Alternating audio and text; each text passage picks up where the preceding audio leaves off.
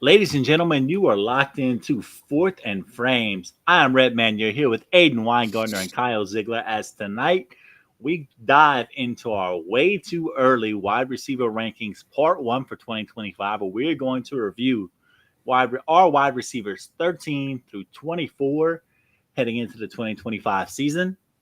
Let's get it popping. This should be played at high volume, preferably in a residential area.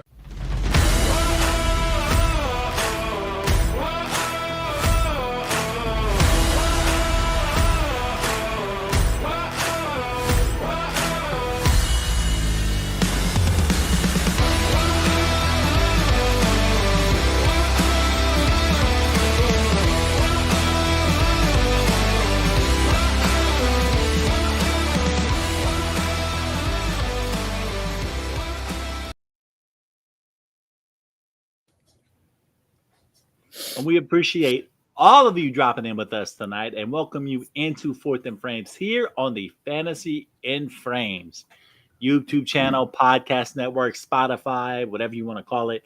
I am Red Manuel here with Aiden Weingartner and Kyle Ziegler as we discuss that wide receiver 13 through 24 tonight for the 2025 season. Do not forget to like, subscribe, and review to catch anytime a new podcast or short drops from us here at Fourth and Frames or from Fantasy and Frames.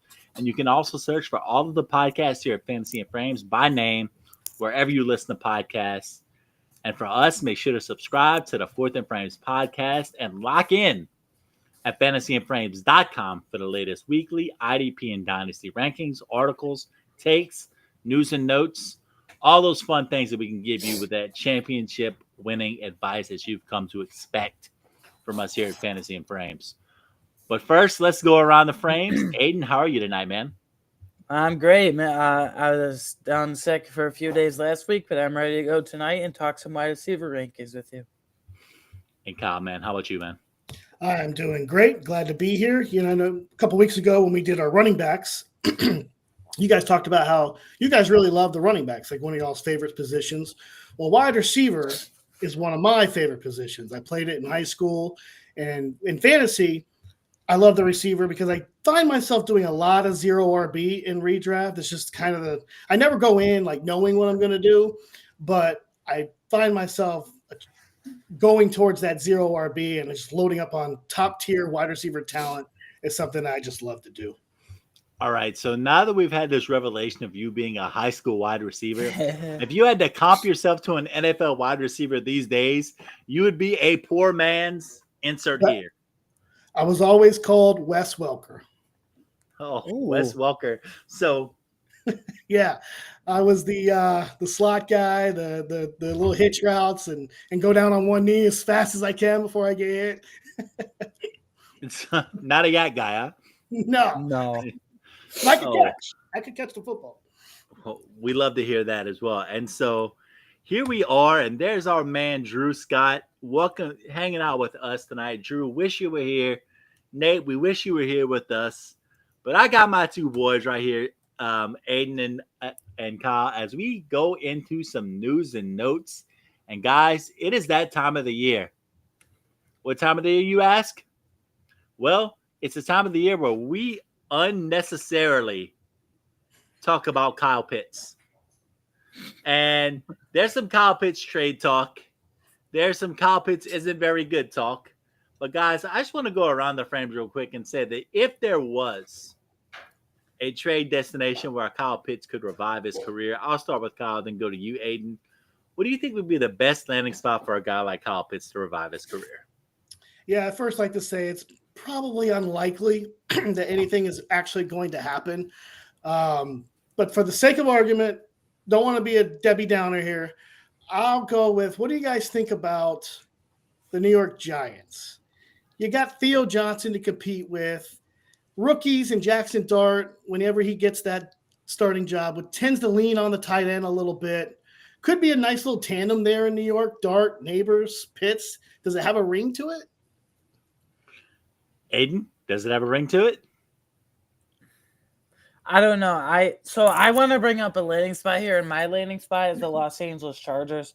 Finally get him in a high-power Pitts and a high-powered offense, attach him to a really high-level quarterback, very good quarterback at that, and Justin Herbert. They have Will Disley, Tyler Conklin. Those are just one-year Band-Aids, let's be honest. They don't really have anybody for the future, and outside of Ladd McConkey, I'm not really high on anybody else. You guys, Troy Harris and Quentin Johnston included. I think Kyle Pitts could thrive, hopefully, finally, with Justin Herbert. So I would love to see get him in LA with the Chargers. Well, wherever Kyle Pitts ends up, and it's in all likelihood that he stays in Atlanta, he could go and probably do some good for himself by getting himself a couple of Kyle Ziegler adjectives, by being called things like a scrappy gym rat, and also being the first guy in and the last guy out, and maybe even above all, a regular Kane Medrano. So, oh God. Continuing in our news and notes, over the last week, there's been a lot of Arthur Smith doing Arthur Smith things, with Jonnu Smith being rumored to be a trade candidate for the Pittsburgh Steelers. And I'm just going to go ahead and I'm going to sum this up in 2 words. I'm going to let you guys respond to this. Is this a big oh no situation as much as I think it is? Yes. I think it is. I don't understand from a Steelers perspective, other than you have Arthur Smith and he loves him. You have Pat Frymuth. You have Darnell Washington. I don't understand. What more do you need? Why do you need Jonnu Smith? That's to just muddy up the waters. Would they trade back Jonnu Smith, Pat Frymuth back to the Dolphins? Sure, I guess so, but I think that's highly unlikely. I just understand all the moving parts here, and this makes no sense from the Steelers' perspective. Is it just me, or is this just a weird obsession by Arthur Smith? It's weird. He's followed him everywhere, like Tennessee, Pittsburgh, and now reports coming to Atlanta. I mean, the other way around, sorry, Atlanta and then Pittsburgh. It's just weird, right? I mean, the guy has some weird type of obsession with him. But, I mean, I could kind of see it offensively. Like, Arthur Smith likes to run a lot of 12 personnel. So if you get Jonnu Smith there with Pat Frymuth, it gives you some versatility in the offense, doesn't it? Well, no, here's the actual dream that I don't think any of us are fully realizing. And I'm going to go ahead and give credit to Andrew Cooper on X for talking about the Arthur Smith dream scenario of running 5 tight end sets. Oh, so nightmare scenario. So adding Jonnu Smith to the mix, adding Darnell Washington, Pat Frymuth, maybe throw Cameron Hayward in there as a 4th tight end. You know, we'll see what happens. Just it's every man's dream. That's the dream, right? Yeah. And lastly, smash yeah, football truly. Indeed.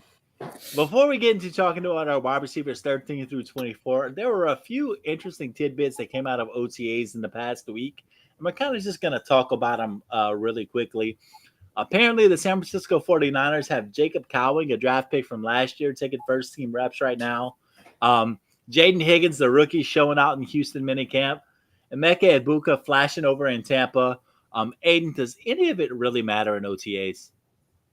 The only one that stands out to me is Jaden Higgins because he's a rookie and he's playing behind Nico Collins. Other than that, like, I don't care about Jacob Cowing as a player, and I think he's bigger than the depth chart. Anyway, Emeka Egbuka, sure, he can flash, but how much is he going to do year one with all that's ahead of him? But Jaden Higgins, I do have my eye on just because he's a rookie in OTAs behind Nico Collins. Yeah. Kyle?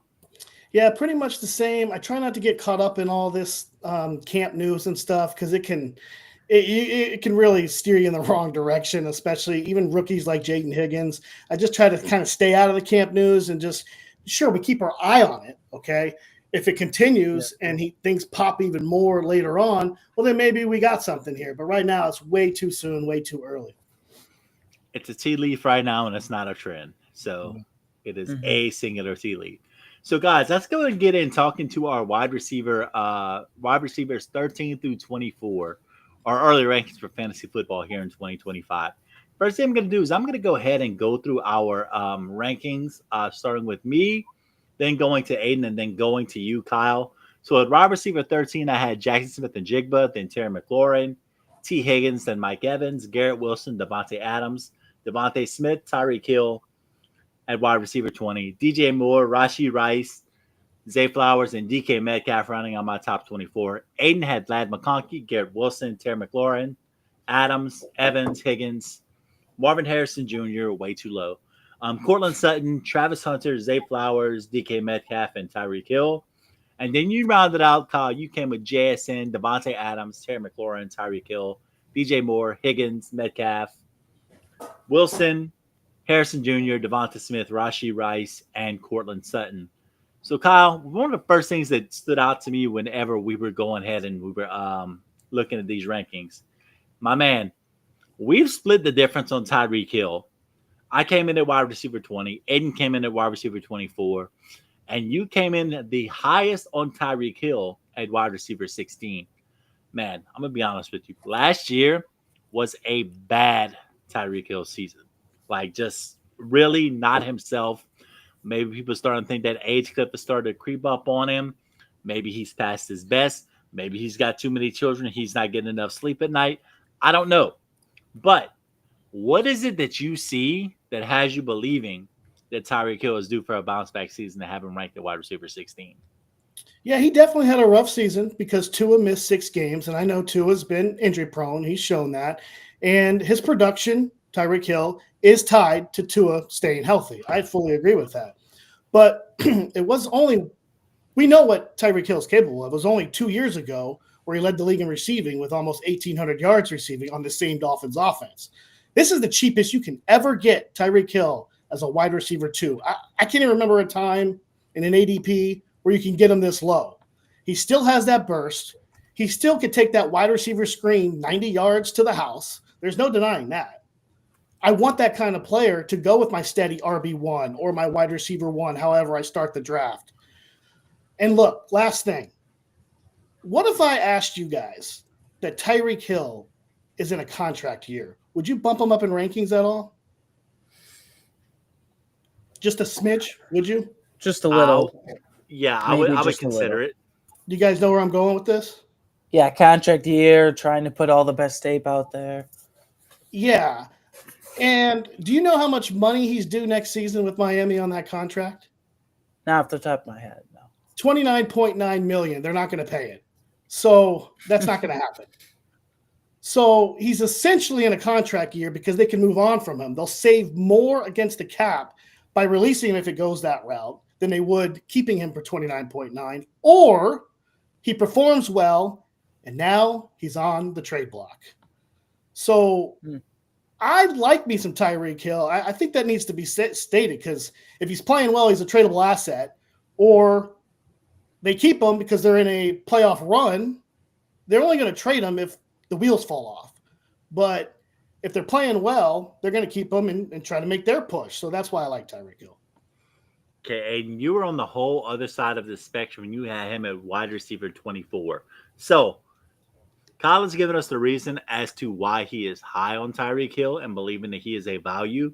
Why are you so low on Tyreek Hill at the moment?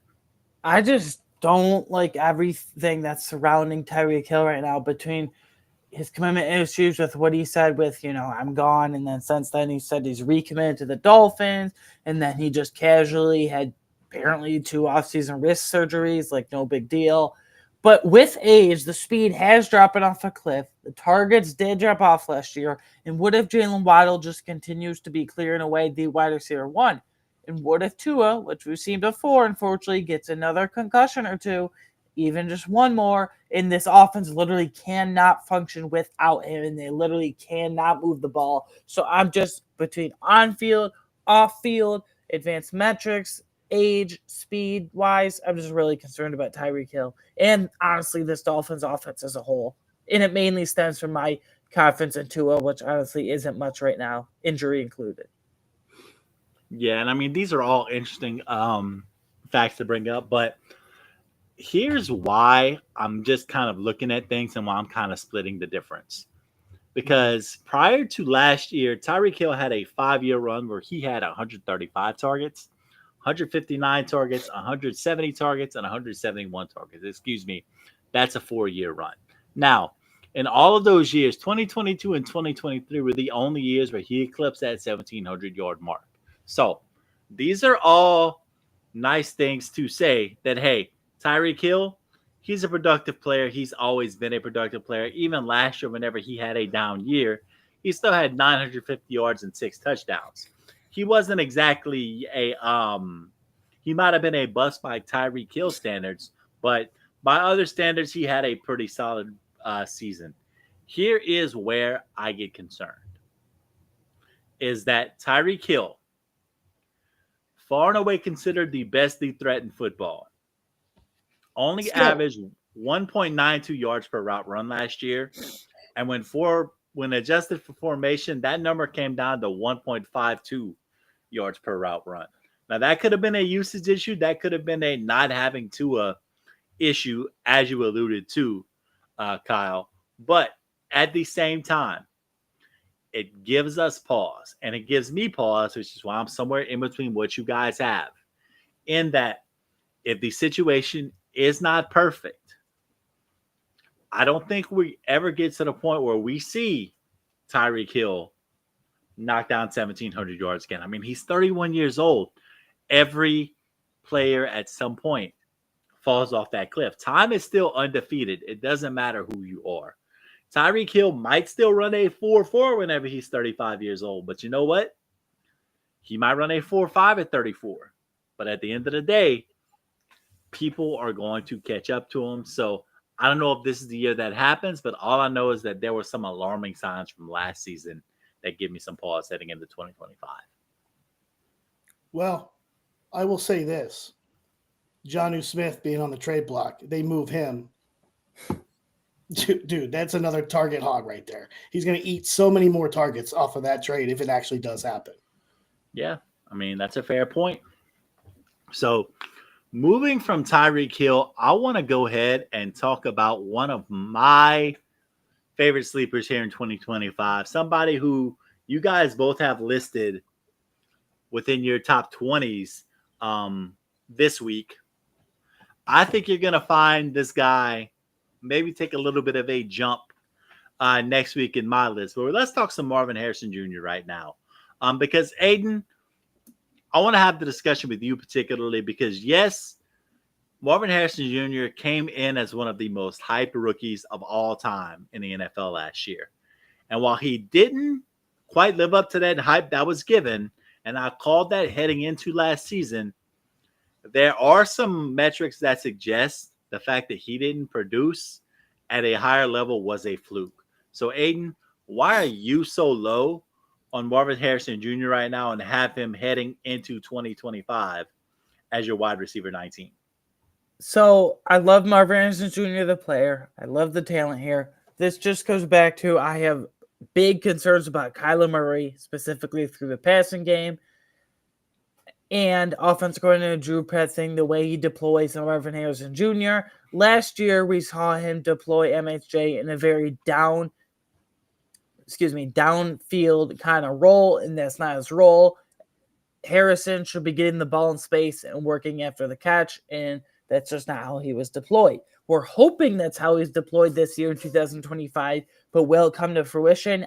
I'm not so sure with Kyler. This just comes back to I'm not very high in Kyler at all, and obviously Trey McBride is the target hog in this offense. This is obviously a very condensed passing attack with Harrison and McBride respectively, but I just can't shake the feeling of Kyler is just best way to put it is he disappoints through the air, in my opinion. All the metrics back that up. So I love Harrison, the player. I just don't know about the situation here, how he's deployed, and Kyler as a player and as a passer as a whole. All right, and so this opens up a good conversation for me because I'm very much on the Marvin Harrison Jr. train in 2025 and have him believing to have wide receiver 1 upside. So let's go ahead and let's just ask the questions. And let's just take this piece by piece, Aiden. And you're going to be the person who's going to be the person that kind of I bounce these things off of. You ready? Yep. Is it safe to assume that Marvin Harrison gets more than 116 targets this year? Yeah, I think he's in for a lot more than that. Okay, so what's that look like? 130, 135, 140, something along those lines? I'd say 125 to 130. Okay, I'm thinking more maybe 130 to 135. All right, so last year, he was deployed in that downfield role. You're very right about that. He was 6th in the league and with 1,000 566 air yards, 92.1 air yards per game, had a 42.3% air yard target share. Can we agree that air yards are a predictive stat? Yes, for roll, Okay. yes. So, yes, as for now, we're 2 for 2. So, can we agree that if they deploy Marvin Harrison Jr. the way we like them to, more efficiently, which is running after the catch and working a little bit more in that intermediate area, that 62 reception number goes up, as does that 885-yard receiving mark from last year? Yes, I do agree with that, but are we we want that to happen? I do as well, Rhett, but are we sure that will happen? Has the Cardinals coaching staff shown us anything that they're smart enough to do that is basically what I come back to. Okay, so all this to say, and I'm going to throw this out here for you. Marvin Harrison Jr. against man coverage last year had a 42.8% win rate, which was third in the league. Coupled with the fact that his fantasy points were 11.6 and his expected fantasy points per game was 15.8. Marvin Harrison Jr. underachieved last season. Yes. And he underachieved last season by a wide margin. Talent isn't held down forever. I'm just saying we should be buying the dip at this point. Kyle, where do you stand on everything? Because you're actually a little lower than Aiden on Marvin Harrison Jr. in rankings. Yeah, and it's really only due to other players I like more, and ADP-wise. It's really just a value thing for me. I don't hate Marvin Harrison Jr. by any means. I feel like his years are going to come later. He's just not quite there yet for me. To be, I don't know, where do you have him? Like wide receiver 15, 16, Rhett? Higher. No, I'm going to full disclosure. He's in my top 12. Okay. Yeah, that's a little rich for me. I'm bullish. Yeah. So you're telling me you would actually take him in the second round, is what you're saying? Yeah, it's a little rich. I mean, I like Marvin Harrison, but not that much, in my opinion. Right? You would take him that high. You would take him second, third round at the latest. I mean, okay, third round. I mean, maybe if I'm going wide receiver, sure. Like, why not? Well, there's a lot more better guys in that territory. I mean, Devontae Adams, we'll get to him later. A lot better guys. I mean, I like Marvin Harrison Jr., but I like him at his ADP. His consensus ADP, I like him there. I think it's fair. That's fine. So you're saying if he gets pushed any higher, you're probably a little less bullish than other people. Yeah, for sure. Okay, sure enough. And speaking of Devontae Adams, Kyle, I'm just going to throw this straight to you because you just flat out said I like Devontae Adams more than Marvin Harrison Jr. And facts are facts. And Devontae Adams always referred to wide receiver status, wide receiver 1 status by the end of the year. Yet, I think we're overlooking one thing. I think he's got a big, hairy, flowy Puka Nacua problem in his way. So I need the logic as to why, with someone who has established themselves as dominantly as Puka Nacua has over these first 2 seasons, what gives you the confidence to have Devontae Adams ranked as wide receiver 14? And then from there, he's obviously not on this week's list, but does that cause you to have Puka Nacua at a similar level at what other people would have him, or do you have him a little bit lower because of the bullishness on Devontae Adams? Oh, no, Puka's definitely higher, but... Oh, Lord, what are we doing? Yeah, Puka's in my top 12. No way. Oh, yeah. But I am super excited to see Devontae Adams suit up in a Sean McVay offense. Drew Scott, I got your pom-poms, man. I'm excited for this. I'm going to be cheering for him. I am geeked out about this. He is a consistent 1,000-yard receiver. He's got Matthew Stafford, who was top 12 in red zone touchdown passes as well last year. Devontae's always in the top in red zone usage, red zone touchdowns. He's always there. Matthew Stafford loves to sling it in the red zone. He's a strong wide receiver too, like you said, Rhett. and he always teeters in that wide receiver 1 range. Well, this is the team that gets him in that wide receiver 1 talk. He'll finish top 10 with the LA Rams because of Matthew Stafford, because of the red zone usage, because of Sean McVay's offense. He's a red zone monster. It's going to happen. It's always there. I mean, you can admit that Davante Adams is a 1,000-yard receiver. Yes? Yep. Yes. Always. That's what he does. Look it up. That's all he ever does. And now he's got Puka Nacua on one side. You brought that up. Well, I think that's actually a positive. That brings less attention to Davante Adams. Now defenses have to strategize against Puka and Adams, plus the run game. We'll see more one-on-one matchups with Davante Adams. And when you get down in the red area with one-on-one matchups, he's going to see more volume in the red zone, more touchdowns. Yeah, wheels up, Davante Adams. Ready to run through a wall. That was a great motivational speech. Wow. Look, and I hear you. Like, I understand the idea that you have 2 wide receiver 1s potentially in that offense. But, dude, I don't even have the numbers in front of me.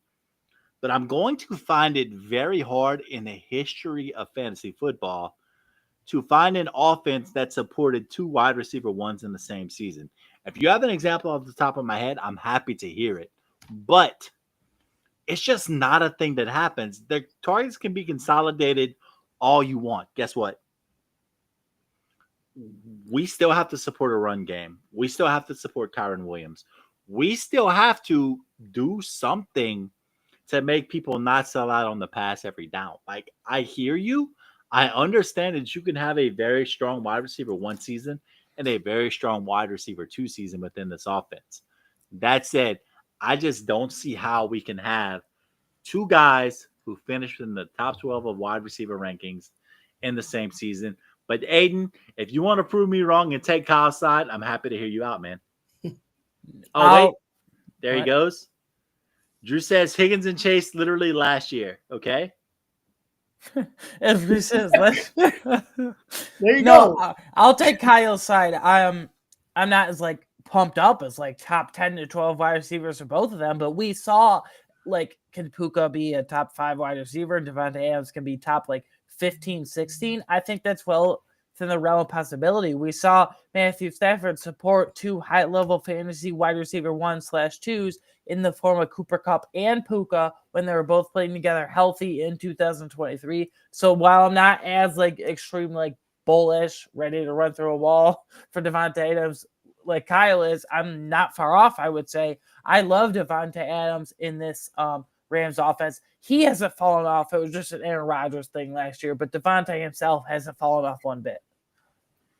I mean, like I said earlier, even if he doesn't get the 1,000 yards, which would be like the first time in, I don't know, 5 years that he hasn't, because he's quarterback proof. He's done it with everybody, Davante. He even did it with Jimmy G and Aiden O'Connell like 2-3 years ago with the Raiders.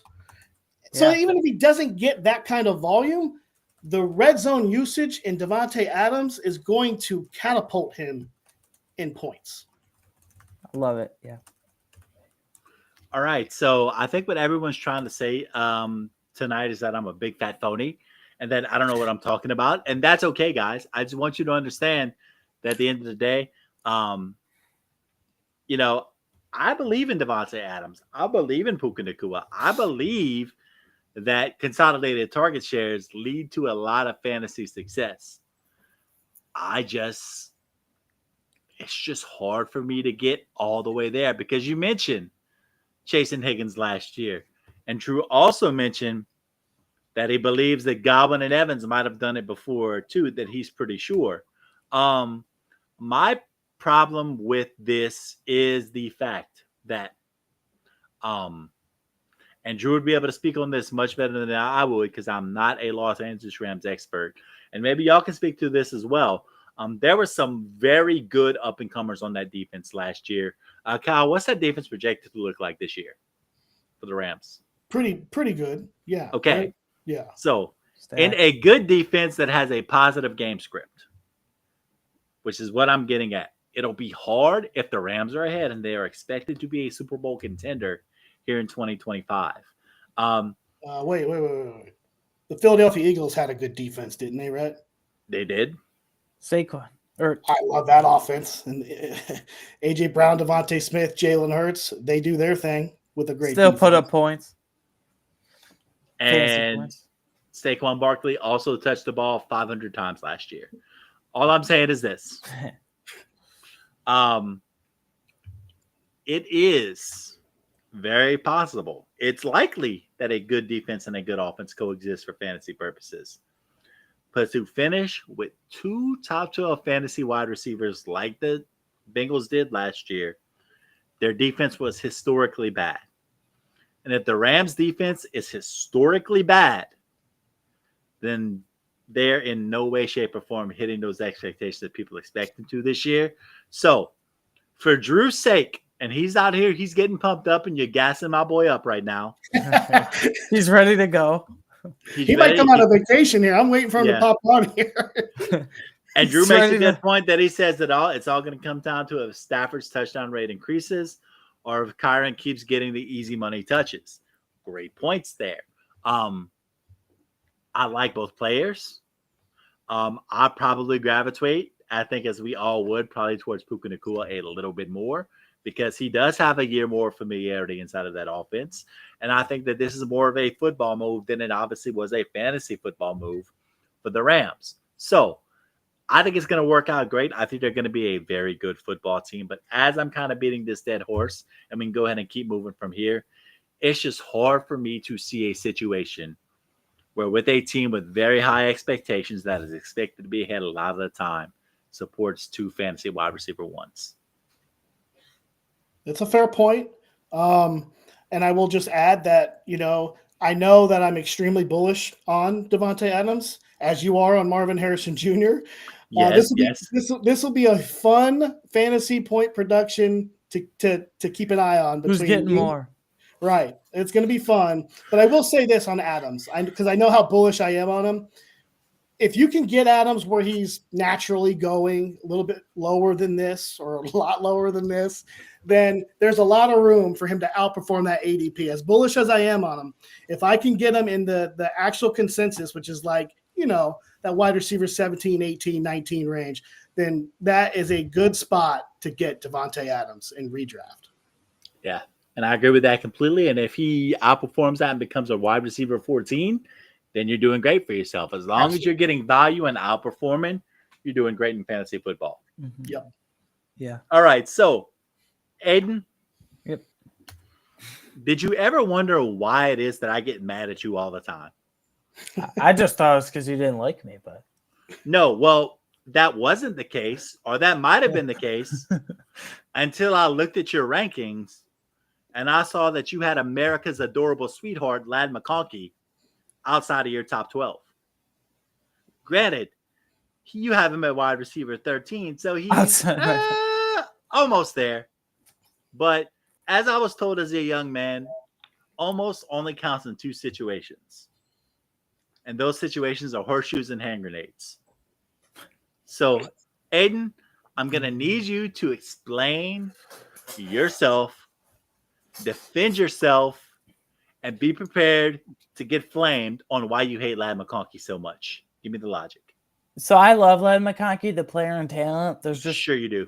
No, I do. But there's just a few players I would prefer in fantasy this year over him. I'm not going to go into specifics because obviously we'll talk about it next week.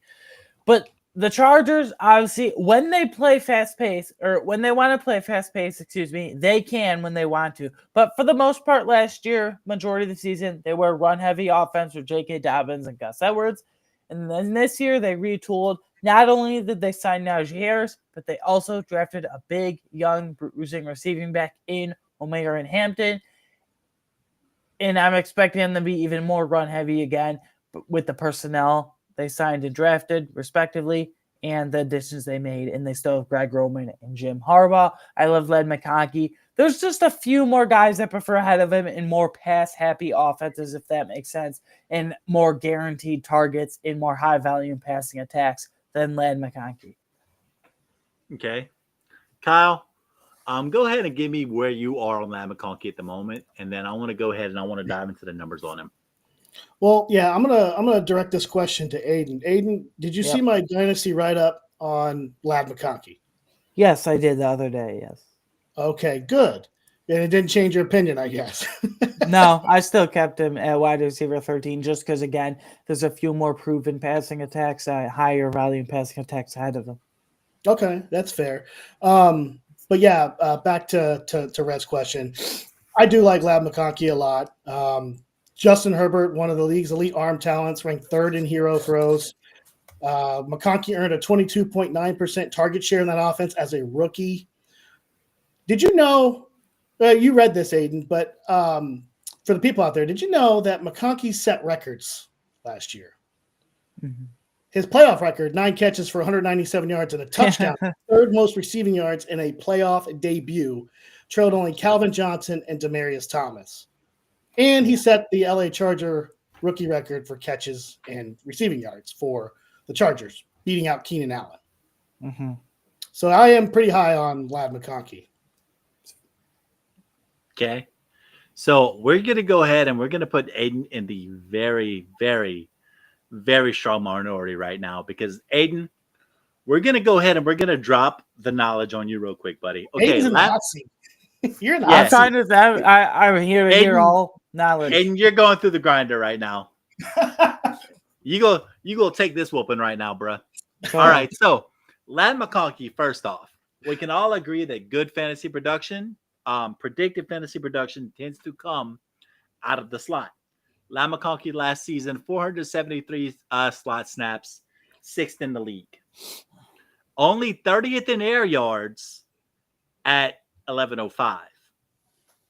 Only had an ADOT of 9.9 yards, which was 66th in the league. Only had 9 red zone targets. Only had 9 deep targets. All these things. Yet, finishes the year 9th in receiving yards, averaging 15.1 fantasy points per game with his expected fantasy points per game being 14.8. So he only slightly outperformed what was expected of him. So he only slightly overachieved. His yards per route run, despite being only 30th in the league in air yards at 1105, was 2.56. That put him 7th in the league. Do you know what that's telling me? That's telling me that my man gets loose. And that my man, he gets open. He makes things happen after the catch as well. You want to adjust that for a formation? That was still 6th in the league at 2.4 yards per route run. And his yards per team pass attempt was 8th in the league at 2.4 yards per team pass attempt. His yards per target, 8th in the league at 10.3. And to top this all off, he gets open. You mentioned this. He was 7th in win rate versus man, 41%. And he also won against zone 52.1% of the time. Average 2.47 yard fantasy points per target versus man, 1.95 yards per target against zone. You know what all this is telling me, Aiden? I'll probably have to move him up a few spots. It's telling me that whether or not they run the ball more or less, Lad McConkey is a threat. It's fair. Because we can look at it and we can say that they can run the ball more than they did last year. And we kind of got into the data with Drew a couple of weeks ago that the Chargers didn't quite run the ball as much as people expected last season. We can go for that. We can understand it. We can embrace that completely. But at the end of the day, when you have a guy that is this talented and has the ability to make things happen at the line of scrimmage, elite route runner, sure-handed, fast, runs a 40 into 4.3s, and gets after it after the catch, it's almost a situation where I'm willing to bet on that way more often than I'm not going to be willing to bet on that. All great points. I'll probably have to end up moving him a few spots higher when it's all said and done. But. And that's all we needed at the end of the day. So Guys, before we get out of here, I want to go around the frames real quick, as we do every week. This is one of my favorite segments. And so we're going to start with Kyle and then go to Aiden on this first question. Which wide receiver 2 do you have on your list that you feel like is most likely to finish as a wide receiver 1? So outperform their current ranking. I'm not even gonna take the easy route on this, which will be Devontae Adams. I'm not even gonna go there. He's going to be a wide receiver 1, so I'm not even gonna go there. I'm gonna shock y'all with this one. I'm gonna go DK Metcalf. DeKalen Metcalf? What are we doing here?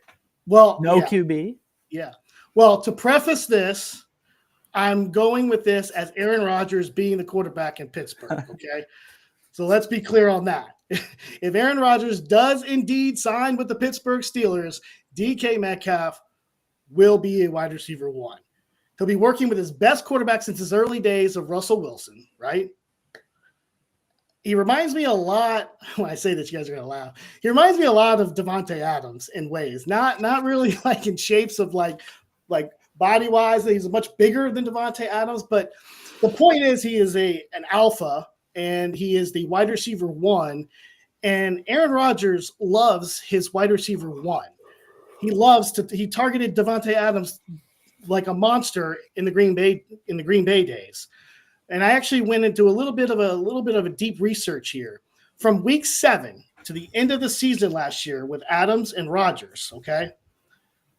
Adams had a first read design target share of 35%, which is 5th highest in the league. DK Metcalf, if he gets that kind of volume and and he's never had a target share like that. If he gets that, the sky's the limit for DK Metcalf. Aiden, which wide receiver 2 that you have that you feel like is going to outperform and be a wide receiver 1?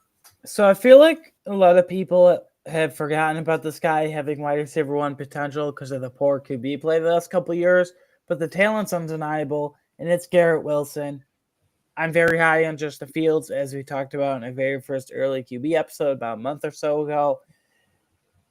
And if they can go back to those Ohio State connection days, then I would be I'm going to go as far as say Garrett Wilson could finish top 7, 8, not even just like top 12. So I'm very bullish on Garrett Wilson, this Jets offense for this year. Oh, it's an interesting decision. And for me, I'm just going to go ahead and I'm going to look. Usually within these top 4 slots is the safest spot. I have JSN, Terry McLaurin, T. Higgins, and Mike Evans. We saw T. Higgins do it last year, and we can all pretty much agree that as much as they attempted to make that defense better through the draft, they probably won't have as much success doing so as they think they did. So I guess we're just going to make it 2 years in a row where the Cincinnati Bengals support 2 fantasy wide receiver 1s and go ahead and put T. Higgins as the wide receiver 2 that I have that is most likely to end up as a wide receiver 1. So, Aiden, let's go the other way. And which wide receiver 1 or which wide receiver 2 do you have that you think is most likely to finish as a wide receiver 3? So I'm already pretty relatively low in this guy compared to consensus, compared to you guys, compared to everything it seems like. But it is Tyreek Hill. I currently have him at wide receiver 24, and I could very well see him falling out of this is going to sound very bold in my heart, but top 36 to 40 if the metrics continue to fall off a cliff, if the off-field stuff continues and attitude stuff continues to bear its head, if the wrist isn't what it's supposed to be. I've already explained all with the Tua health thing. What if it all just gets worse? That's my fear. Kyle? Well, a lot like you, Rhett. You played it safe in that last segment. I'm going to play it safe here for this one. I'm going to go with Rashee Rice. He's just got so much stacked against him. Recovering from the knee injury, the whole automobile incident, like the NFL being suspension looming over his head, and even the fact that even if he plays throughout the year, Patrick Mahomes just has so many other weapons that he could go to. Xavier Worthy could take the next step up. So yeah, I'm going to go with Rashee Rice to finish, if he most likely to finish wide receiver 3.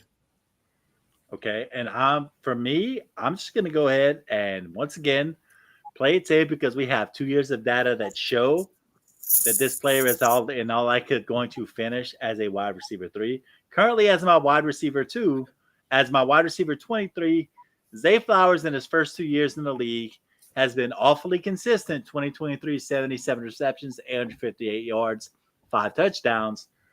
Last season, 74 receptions, 1,059 yards, and 4 touchdowns. Ranking in 2023, wide receiver 31. Ranking in 2024, wide receiver 32. Now, I know the chatter, the coach speak situation right now is we've got to get Zay Flowers the ball more this season. Okay, fine. You know what? Santa Claus needs to get more kids presents at Christmas time. So, yeah, we can say all the right things. We can put ourselves in all the right positions. At the end of the day, we have a 2-year track record of someone who is very comfortably in an offense as being a guy who is going to be productive, is going to be very good. But at the end of the day, I don't think any of us are shocked if at the end of the year, Zay Flowers, maybe he's a high wide receiver 3 this year, but if he ends up as a wide receiver 3 this year, I don't think any of us are really going, that's shocking.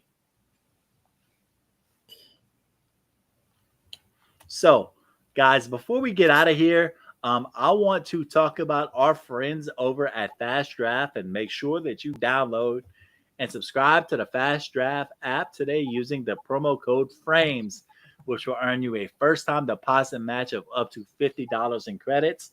That means deposit 50, get 50. From their Origin games where you draft only rookies, their Flex 4 game where you pick up their favorite players for the upcoming season, and their DF game, which is just like Flex 4, but with IDP Fantasy Football players. The 20-second timer, PPR formatted, 6-round best ball game. It's perfect for those on the go who are itching to get their fantasy football draft fix satisfied. Not to mention my friend of the show, Jagger May, host that Fast Draft podcast over at Player Profiler. He is one heck of a dude. So do not forget to lock in with the promo code FRAMES that is going to earn you that deposit match of up to $50 in credit. Fast Draft, start drafting faster. And then once you draft faster, maybe find yourself a deep sleeper on that Fast Draft app that you feel like can get you some best ball points. So that being said, boys, let's start with Aiden. Give me a deep sleeper dude you don't have listed in your top 24 who you feel like can finish as a wide receiver 2 this season. Yeah. You're going to roll my eyes at me and be like, oh my God, are we still doing this again? It's Marvin Mims. Every time he touches the ball, I scream at the TV, Sean Payton needs to get this guy the ball more. He's a big play waiting to happen.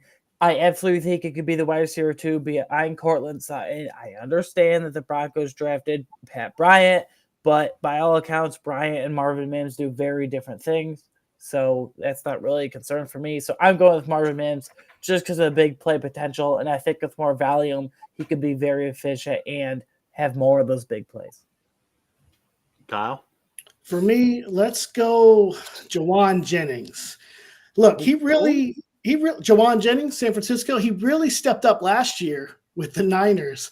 All those injuries that they had, and he came out with 77 catches, 975 yards, 6 touchdowns. He already finished wide receiver 24, but he's not being drafted there. Allow me to take this even further. And I didn't mean to spit out so many damn hot takes tonight, but I'm about to spit out that I really feel this way. I don't care. I don't give a damn.